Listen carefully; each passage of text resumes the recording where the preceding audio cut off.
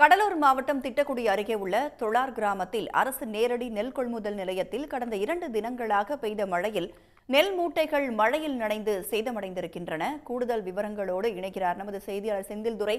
செந்தில்துரை, தற்பொழுது அடுத்த கட்டமா என்ன நடவடிக்கை எடுக்க காத்துட்டு இருக்காங்க மாநகராட்சி அதிகாரிகள்? கடலூர் மாவட்டம் திட்டக்குடி அருகே தொழார் கிராமத்தில் அரசு நேரடி நெல் கொள்முதல் நிலையம் உள்ளது.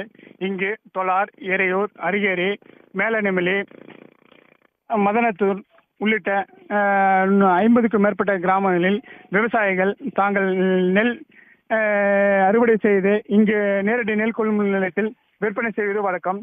இந்த நிலையில் கடந்த 2 தினங்களாக கோடை மழை வெளுத்து வாங்கியதில் இரவு மாலையிலிருந்து இரவு முதல் விடிய விடிய மழை பெய்ததால் இங்கு விவசாயிகள் வைத்திருந்த நெல்மணிகள் மழையில் மூழ்கி சேதமடைந்தது. இப்பகுதியில் தொழார் கிராமத்தில் நேரடி நெல் கொள்முதல் நிலையம் தாழ்வான பகுதியில் அமைந்திருப்பதால் இங்கு நீர் தேங்கியுள்ளது. மேலும் கடந்த 4 நாட்களாக இங்கு நெல் எடுக்காதனால் இந்த பாதிப்பு ஏற்பட்டு என்று விவசாயிகள் தெரிவித்துள்ளனர். பகிர்ந்து கொண்டமைக்கு நன்றி செந்தில்துரை.